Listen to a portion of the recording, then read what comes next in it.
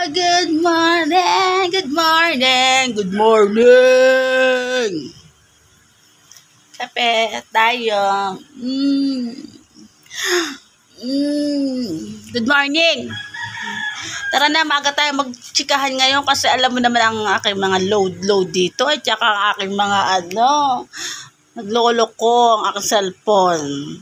Kaya tara na tayo na sa chismis, chikahan.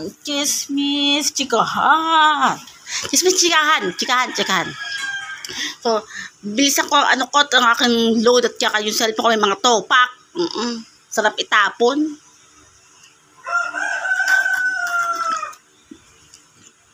So, ayun. Kasi kahapon ko pa yun gustong itanong. Hindi ko kasi, kung sinadya ko ba talaga yun? O, ewan ko ba? Naloka ko. Kasi, yung papa ko nga noon dati ay may sakit na talaga. May sakit.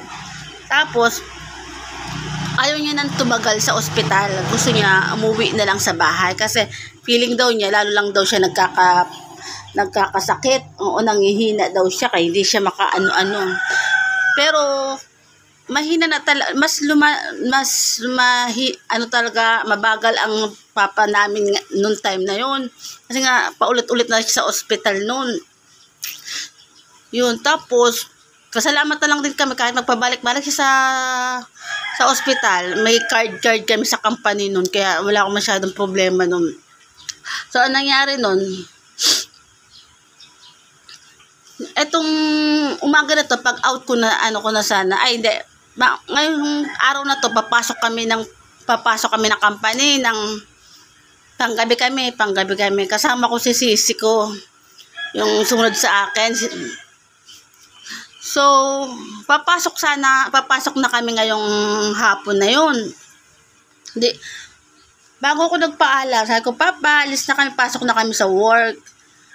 Pero nagpapaalam siya. Hindi, sabi niya, gusto ko na magbihis. Sabi niya, gusto ko na magbihis sa kasi aalis ako.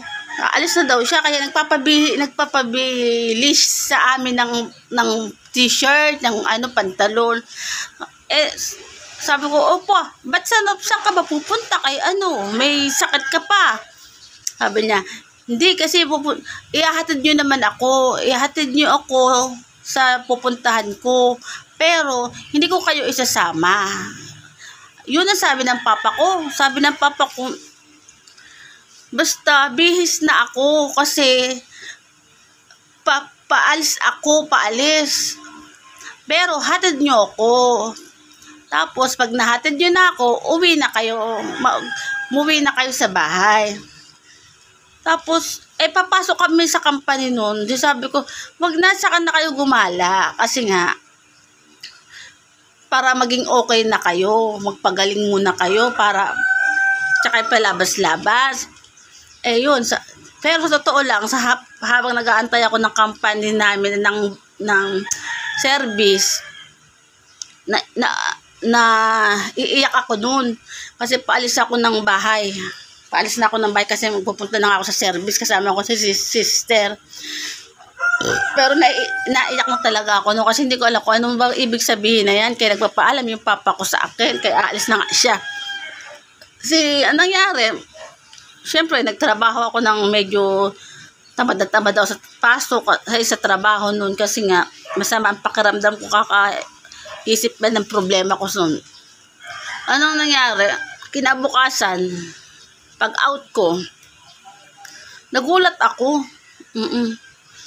Sabi sa kanila ate ng kuya ko at saka yung mama ko noon, yung mama ko kasi noon, pa siya, hindi pa, kumbaga may sakit na rin yung papa ko noon, pero mas malakas-lakas naman siya. Hindi nga lang nakakalakad yung mama ko. Hindi siya nakakalakad, nasa wheelchair lang siya. Di pag uwi namin galing company, tuwan-tuwa ako kasi yung papa ko nakaupo. Kasi nga, nung last na araw, ay hindi na siya naupo kasi masama na yung katawan niya, ganyan. Pero gusto niyang umalis. Nagulat ako pagdating ko, good morning papa. Bakit kain na ikaw, kain. Buti naman, ka na. nakaupo ka na kayo, makakain ka na. Oo, kayo para lumakas. Hindi, masaya naman yung papa ko. Oo, kasi nakaupo na siya, nakaupo. Ba, ang ginawa ko, kasi nga na papa ko ay nakaupo na. Kaya naisipan ko maglinis. Oo, maglinis kasi at least ako, kahit pagod ako sa trabaho, naglinis talaga ako, tuwan-tuwa ako. Yung kwarto na kasi kami sa isang kwarto kami magkakapatid. Yung isang kwarto, yung isang parents ko, tsaka Pero yung papa ko, dito talaga natutulog sa sala, sa may papag. Doon talaga siya tutulog kasi medyo mahangin, masikaso, kasi nga nasa lang siya, sala, nakapapag. So, nilinis ko ang kwarto namin. Linis ako, tapos nilipat ko yung papag doon, tapos yung isang upuan, nilipat ko doon sa kwarto. Para kunwari ba, para bang hospital na pag may bisita, may mga nakaupo para pag may bisita. Di yun. Parang tuwan-tuwa yung papa ko noon kasi nga naglinis ako. Tapos yung sala namin, nga inayos ko, niligpit. Basta yung higaan ng papa ko, nilipat ko sa kwarto para doon siya maging higaan. Tapos may mga upuan ako doon para lagayan ng mga upuan ng mga bisita. Kaya yung papa ko nandun din sa kwarto minsan kasi syempre pag nagbabantay sa papa ko, doon siya nakaupuan. Minsan sa upuan nakaupo, minsan nakakahiga, nakataas ang paa, ganun. Parang natawa ako kasi maganda nangyari ko. Kasi maganda, naging parang ospital yung at least yung papa ko relax. Di yun, yung sala. Linis na linis ko talaga yung sala.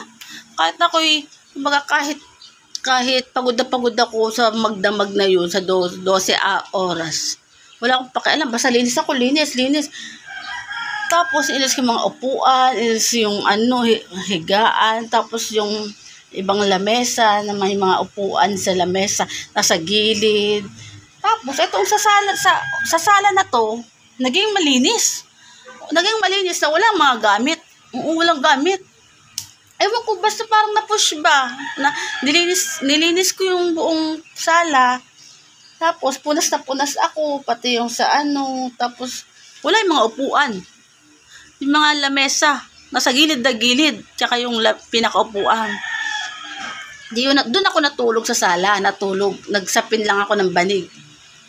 Tapos yung isa kong kapatid doon sa kabilang kwarto. Ay yung mama ko nandun ulit sa papa ko. Sa isang kwarto silang dalawa. Kasi nga nasa papag yung papa ko, yung mama ko nasa upuan, nakataas lang yung paa. Di nangyari, tanghali, sabi ko, pinakain pala ng kuya ko yung papa ko kasi nga masarap na umupo naupo na. Pinakain. Maya-maya, ito palang papa ko, hindi na kumain. Kumbaga, parang pumikit na yung mata. Tapos, umihi. Hindi na siya nagsalita. Nanahimik yung kuya ko, nanahimik ang kuya ko. Tapos ang ginawa ng kuya ko, sabi ng mama ko, gisingin nyo na yung mga kapatid mo. Sabi ng kuya ko, pinagising sa akin. Tsaka yung isa kong kapatid, si Tintin, yung sumunod sa akin. Ginising kami, sabi ng kuya ko, halika samahan mo ako sa kwarto kasi si mama kasi nakatulog. Sabi, nakatulog si papa, kaya ihiga natin. Sabi ko, ba't naman nakatulog si papa, nakain? Hindi, hayaan mo nang nakatulog kay ihiga na natin. Di hiniga namin. Tapos sabi ng kuya ko, sige na, maghanap ka nga doon muna, Tintin, doon sa sa kwarto ng ganto, tali. Yung tali ba? Hanap ang kuya ko pa kumuha. So ang ginawa ng kuya ko, yung tinali ang mama ko kasi nakagano ng papa ko. Kasi nga diba nakain, nakata sa bunganga. So sabi ng kuya ko, sabi namin, bakit may ganyan ang bunganga ni papa ko, bakit kasasarado? Doon kami inamin ng kuya na patay na si papa natin. Paano nangyari? Basta yun, nagkwento-kwento na yung kuya ko. school, iyak ako ng iyak no kasi, ewan ko ba kasi parang paggising, pagpasok ko, malakas-lakas siya, nakaupo. Kaya pinaglinis ako ng buong bahay para makasama ko na siya. Kasi nga, makausap-usap lagi. Kasi nga lagi nakatawa yung papa ko eh. Pinaglinis lang ako talaga ng Diyos me. Tapos, yun, no choice na kasi nag-iyakan na lang kami. Tapos yung mga ibang kapatid ko na nasa school pa, bukas pa yung mga gate, bukas na yung mga gate noon, maluwag na yung mga gate, tapos okay na yung kasi nga may kandila na sa kwarto, kasi nga di ba nilipat ko nga yung papa ko doon, tapos nag-order na kami ng parang ng papa ko, kabaong. Yun, dumating yung mga kapatid ko galing school, yung iba hindi na nagtaka na bukas na bukas yung gate, tapos pagpunta niya sa kwarto, may nakikita nilang kandila. Nag-iyakan na lang din kami kasi nga nangyari. Kaya yun nangyari sa akin kasi bago ako pumasok ngayong hapon na to, di ba gustong-gusto nga niya kasi umalis. Kasi nga, hinahatid namin siya. Parang hinahatid lang namin siya. Pero, hindi kami isasama. So, ibig sabihin, ayun pala yung talaga yung huling araw na to para makasama kami. Gusto man niya umalis, gusto niya muna kami makasama. Kaso nga dahil sa sobrang pagod namin sa trabaho, kailangan namin magtrabaho pa rin. Dahil nga may mga sakit yung pamilya ko, kailangan niya ng gamot, pagkain, at least nagsipag pa rin kami sa trabaho kahit alam namin na kayang-kaya namin laging kasama siya. Pero hindi, no choice. Buti na lang kami magkakapatid na yung meron man na hindi na nagtrabaho, at least cover niya magbantay sa pamilya namin. Pero kami kasi, nagbabantay din kami minsan ngayong araw na to, hindi kami nagtatrabaho. Tapos kami naman ang magbabantay sa magdamag para yung kuya ko makakatulog. Yun, ganun. Nagtulong-tulong lang din kami mag-alaga. Kaya yun, ang lang ng kuya ko noon na ayaw niya talaga nang magtagal sa ospital.